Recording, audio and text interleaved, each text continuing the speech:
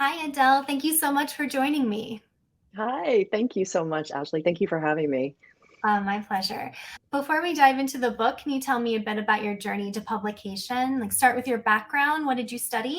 Sure, sure. Yes, I studied journalism. I got a journalism degree from the University of North Carolina at Chapel Hill, and so I've always written. I started out by writing short stories, and actually, The Tobacco Wives started out as a short story in a class that I was taking at night. Over 20 years ago. So it's been a very long journey. I focused on short fiction for a while and then, decided at a certain point that I wanted to pursue writing a novel and had been working on it for about 8 years, the last 8 years, in between my day job as an advertising executive and raising a son. And so it's been a long journey. So what inspired you to make the transition from journalism, where your background is in, to fiction? Well, I I had always, like, even from a very young age, I always wrote stories and, was interested in stories and I read a lot. And so I think I always knew that that would be in my future.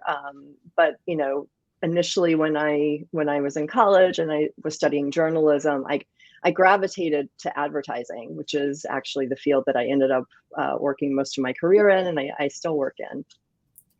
And was The Tobacco Wives your first manuscript you ever wrote, or were there others that were shelved either indefinitely or for the time being? Well, it was my first manuscript, although I have to say it's probably been completely rewritten and revamped like 6 times, and I went through 3 different titles. Um, Initially, it was called The Clearing because there was a scene in a tobacco field that was significant in that version of the book. And then it was called Brightleaf, which is the fictional name of the town where the book is set. And then actually during the process of pitching agents, I decided to change the title. And I spent a lot of time really crafting my pitch. And it was very interesting because I got a lot more interest with this title and with this new pitch, even though the manuscript was in the same shape. I find that so interesting how titles can make such a difference for how interested someone is. That's a good segue into my next question. How Sure. was your experience querying agents and finding a publisher? Well, I queried agents for about a year and a half. Um, I, did a lot of research. I used Query Tracker to Mhm. research agents who were interested in historical fiction, to look at, I did a lot of research to try to reach out to the right people. And I had a couple of connections that, friends in publishing who were able to put me in touch with agents. Um, but I feel like the analogy that I think works really well is it's almost like dating. You go out there and someone's interested in you and then they're not, or they think they're interested and then it's not the right fit. And so I probably had 50 to 60 rejections before I found my agent, and began working with her. And then when I began working with her, there were some pretty significant changes that we worked on together and that I made to the book. One of the biggest being that she recommended aging up Maddie, the main character.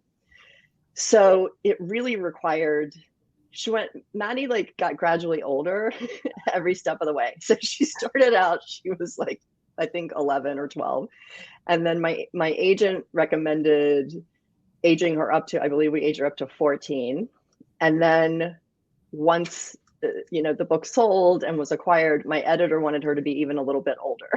so so I had to go back and change the lens through which Maddie saw everything that was happening. So there was Well, a now, lot of rewriting. There was a lot of rewriting. Like I kept thinking I was done. I kept thinking I was done at all these points. And I look back, I'm like, oh my gosh, I was so not done. well, now that we've covered how you got to this point, I do want to dive more into the book, The Tobacco Wives. So, can you tell our Right. listeners what The Tobacco Wives is about? Sure.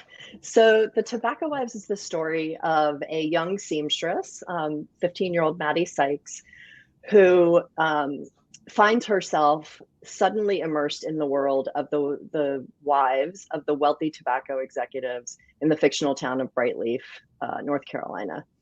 And to her, she comes from a lower socioeconomic background, and to her, she really looks up to these women, these wealthy, beautiful women who seem to have it all. And yet, as she gets drawn into their world and becomes more intimately involved with their lives, she realizes they are not what they seem, and there are a lot of dark secrets that she uncovers about big tobacco and what's going on behind the scenes in this tobacco town.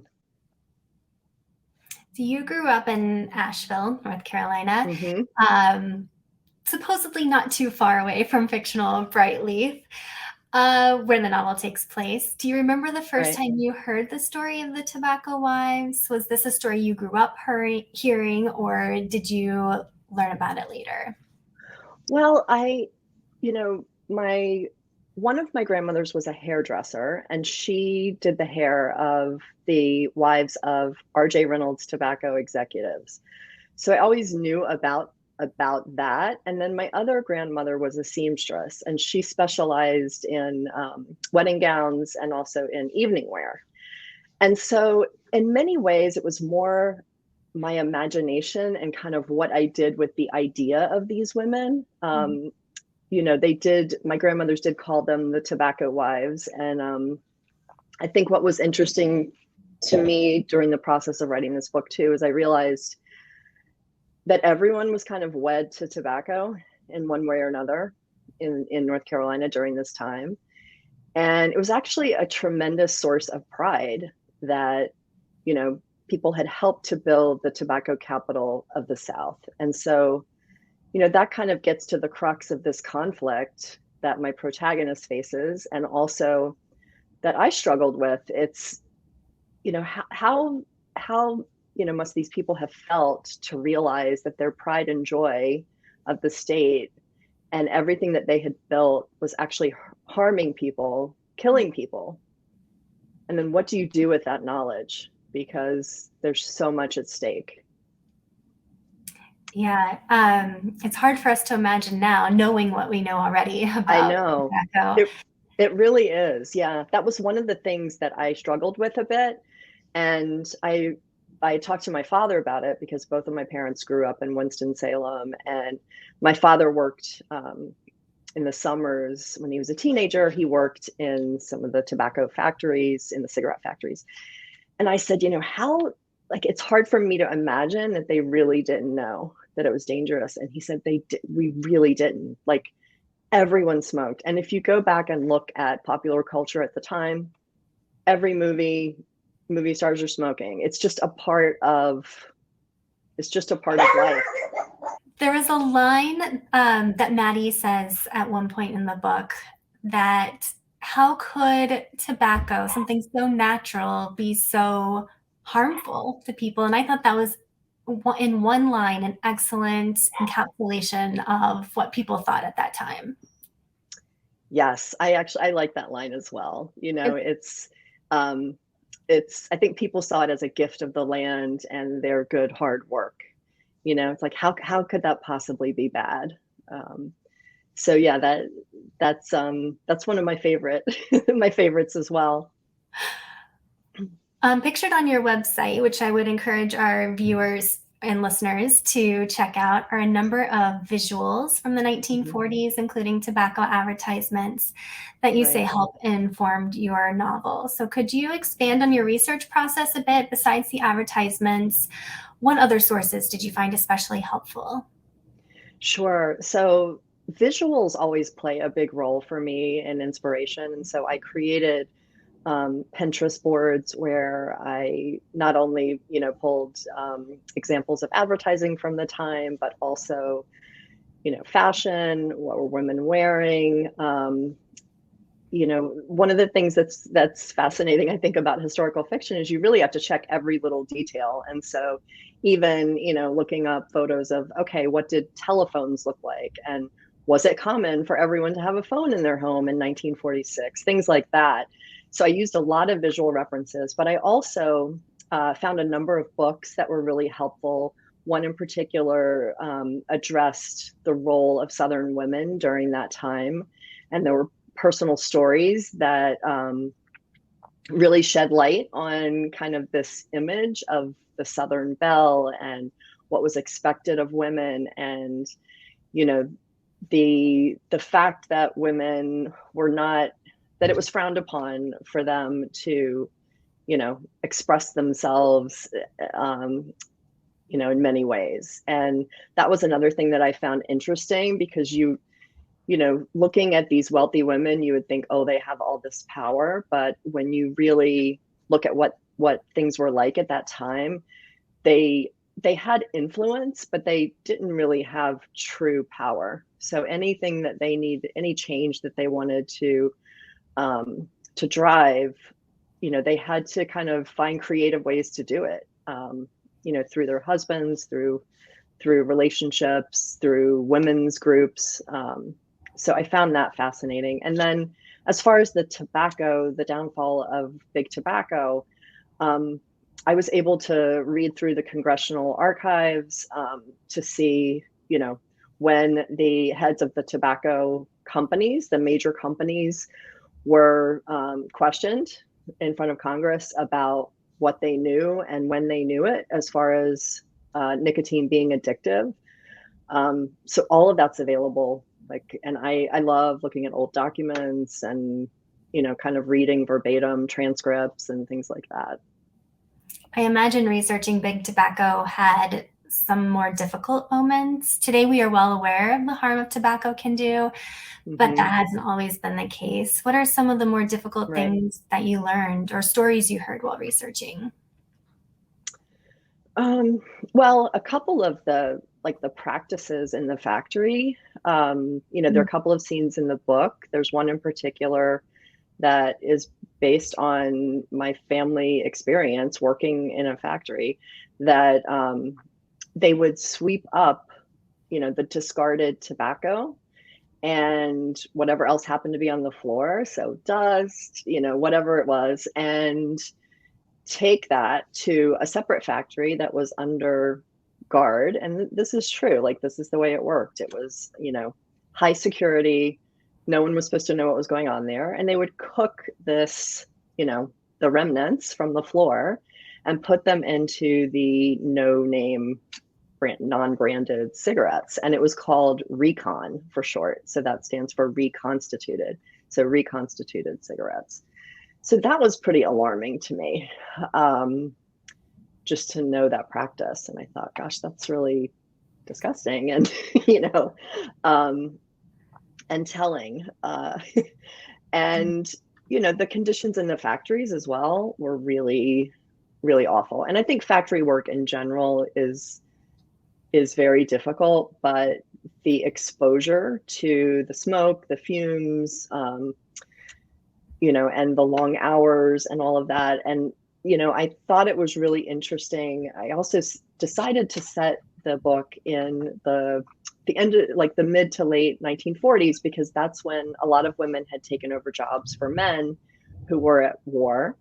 And the men were beginning to come back from World War II, and they wanted their jobs back. And so I really was fascinated by how that dynamic, I think, and a lot of scholars will say that time was really the origins of the modern women's rights movement, because these women had an opportunity to make their own money, many of them for the first time in their lives.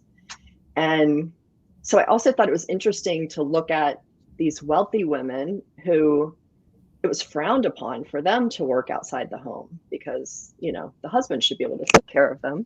Whoops, lost one of these. So that was really frowned upon. So I thought, well, gosh, who really has the power? Are these women who, although these are difficult jobs, see that they can take care of themselves, they can support themselves? There's real freedom in that these wealthy women didn't have. Yeah.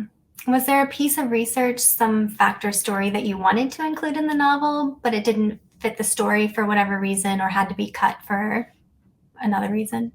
Um, gosh, trying to think. I mean, initially, in the book now, it focuses squarely on the maternal fetal effects of smoking, and that's kind Mhm. of the main focus. In earlier drafts, um, I also had a storyline around like the lung issues, asthma, lung cancer, and really that's where the first science began to emerge, that linked cigarettes to, you know, ill health effects.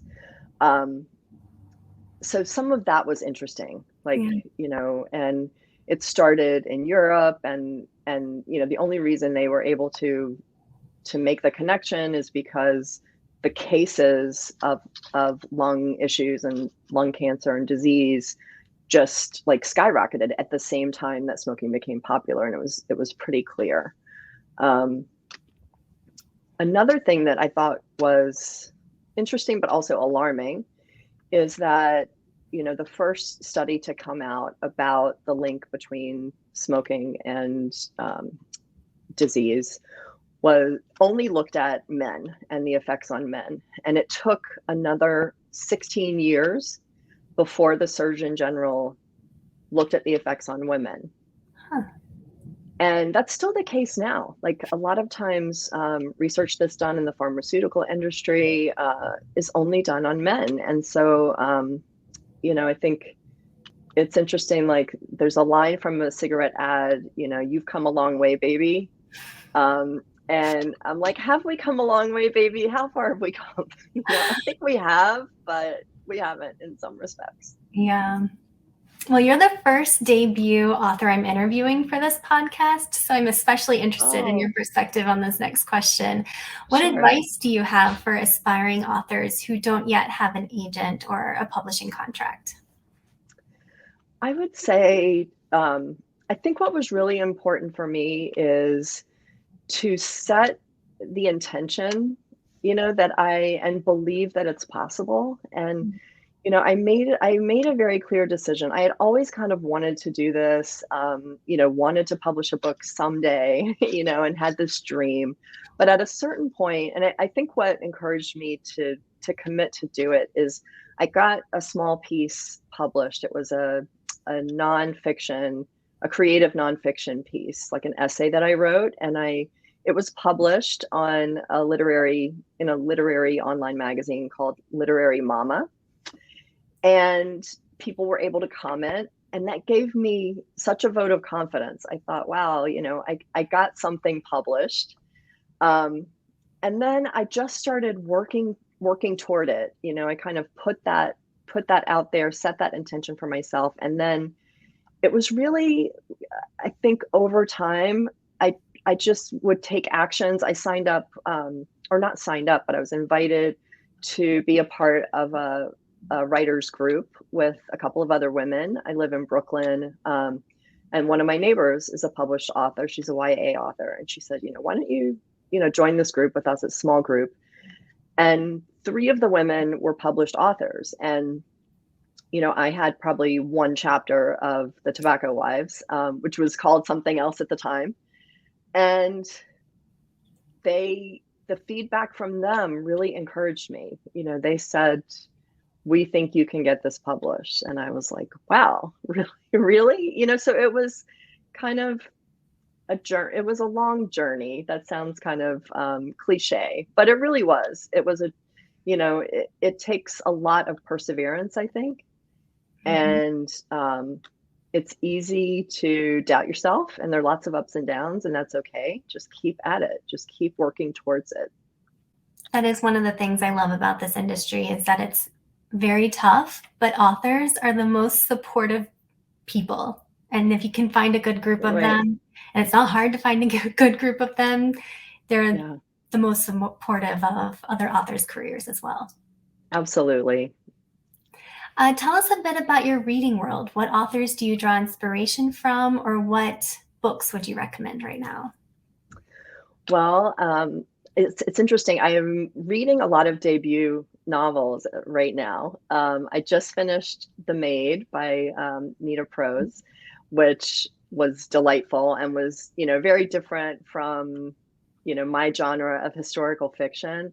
Um, but I really enjoyed the unique voice. I don't know if you've read it yet, but there was such a distinctive voice to this character, and just drew me into this world. So I really like to escape, as we all do, Mhm. into a good story. I also just started the School of Good Mothers, which is also a debut novel that is fascinating. It's yeah, I'm only a few chapters in, but it seems to be kind of it takes the idea of, being a good mother to an extreme. You know, there's this world where basically the main character leaves her young child alone for a very brief period, and it's discovered that she did that, and the child is taken away. And I think she's going to end up in a school for good mothers where she's going to learn how to be a good mother. So um, that's very interesting. Yeah. But, when I look back at the books that really influenced me and that, had a lasting impact on me as a writer, I would say Maya Angelou. I Mm. read I Know Why the Caged Bird Sings in high school, and I just, that voice and the raw honesty of that book really spoke to me and has always stayed with me. I feel the same way about Amy Tan and the Joy Luck Club. Mhm. Um, you know, just kind of exploring those deep emotional connections. And, she did that. And at the time, I think there weren't many writers who were really delving into, you know, those relationships between mothers and daughters in such a raw, honest way. Well, I believe once people read The Tobacco Wives, they'll be eager for another book from you. Do you have a work in progress? What can you tell us about it? I am in the research phase on my next book, still in the concepting stage, but I think it's safe to say that the setting will be in the South again, and it will relate to uncovering difficult truths and secrets. Okay. I also want to share how people can find you. Your website is Sure. adelemyersauthor.com.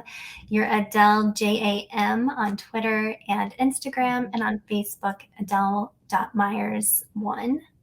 Before we Right. wrap up, is there anything else you'd like to talk about that we haven't covered yet?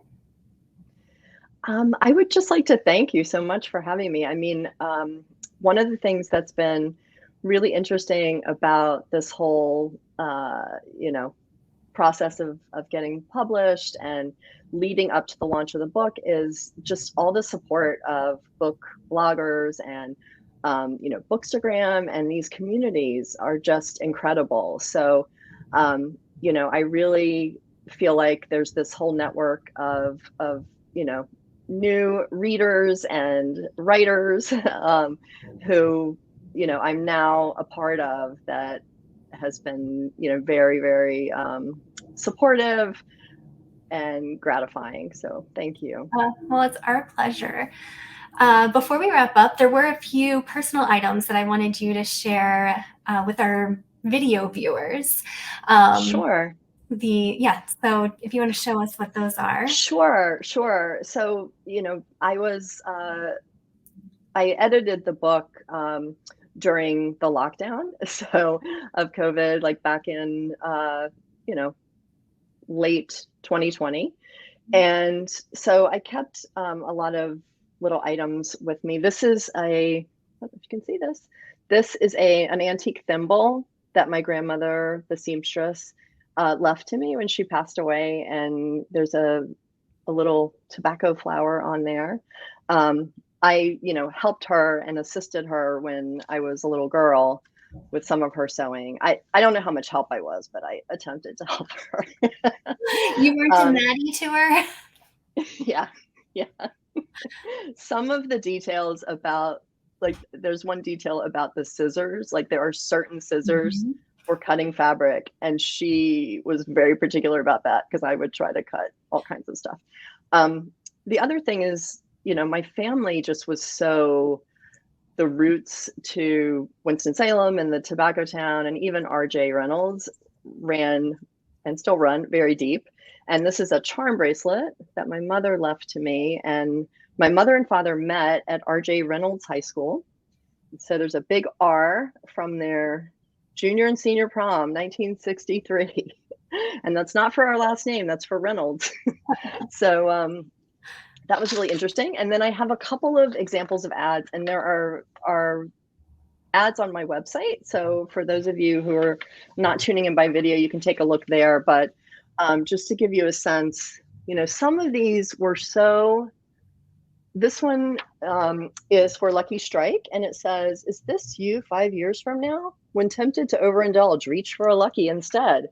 And it shows this outline of an overweight woman and a thin woman. And so, it just was, there was such blatant, campaigns out there that positioned cigarettes as, this product that was going to keep you thin and that was going to make you beautiful. And here's another one in the same vein. Whoops, dropped that one. Okay, I'll show you another one. This one is an example of a Camel ad, and this says, "Not one single case of throat irritation due to smoking. 9 out of 10 doctors recommend Camels or smoked Camels." So, they also they used physicians in order to legitimize cigarettes and give the product credibility. And at the time, there weren't that many regulations. Later, the Federal Trade Commission cracked down on that kind of false advertising. But at the time, they were able to make pretty much any claims that they wanted to make. And looking back, you can kind of see, I've worked in public relations and advertising for 20 plus years, and it's called market shaping. It's basically when you know that you want to shape, public opinion in a certain way. And, I believe that knowing that the science was going to come out eventually about the dangers of smoking, that they purposefully went out with messages about the health benefits and used doctors and other professionals to, lend credibility to those messages. Well, this is fascinating. I am loving the Tobacco Wives. Thank you so much for joining me. Thank you. Thanks so much.